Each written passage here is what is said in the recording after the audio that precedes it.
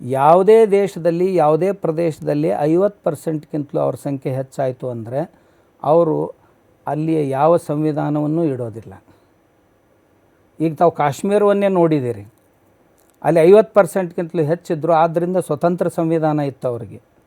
ಈಗ ಪುಣ್ಯಕ್ಕದು ಮನೆ ತೆಗೆದ್ರು 35 ತೆಗೆದ್ರು, 370 ತೆಗೆದ್ರು.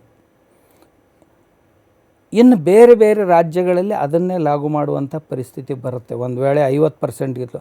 ಆಮೇಲೆ ದೇಶದಲ್ಲಿ 50%ಗಿಂತಲೂ ಹೆಚ್ಚಾದರು ಅಂದ್ರೆ ಮೊಟ್ಟ ಮೊದಲು ಇದು ಹೋಗುತ್ತೆ ಕಾನ್ಸ್ಟಿಟ್ಯೂಷನ್. ಇದು ನಾನು ಹೇಳಿದ್ದಲ್ಲ, ಬಾಬಾ ಸಾಹೇಬ್ ಅಂಬೇಡ್ಕರ್ ಅವರು ಹೇಳಿದ್ದಾರೆ. ಥಾಟ್ಸ್ ಆನ್ ಪಾಕಿಸ್ತಾನ್ ಅನ್ನುವ ಪುಸ್ತಕದಲ್ಲಿ ಅವರು ಸಹಿತ ಇದನ್ನು ಹೇಳಿದ್ದಾರೆ. ಆಮೇಲೆ ಇವರೆಂದೂ ಸುಧಾರಿಸೋದಿಲ್ಲ ಅಂತ ಹೇಳಿದ್ದಾರೆ. ಯಾಕೆಂದರೆ ಧರ್ಮಶಾಸ್ತ್ರನ ಹೀಗಿರೋದ್ರಿಂದ ಇವರನ್ನು ಯಾರೂ ಸುಧಾರಿಸಲಿಕ್ಕೆ ಸಾಧ್ಯ ಇಲ್ಲ. ಅದರ ಪರಿಣಾಮವನ್ನು ನಾವು ಇವತ್ತು ನೋಡ್ತಾ ಇದ್ದೀವಿ.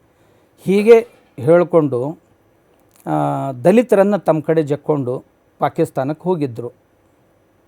ಜೋಗೇಂದ್ರನಾಥ್ ಮಂಡಲ್ ಬ್ಯಾರಿಸ್ಟ್ರು ಅವರು ಹೋಗಿದ್ದರು.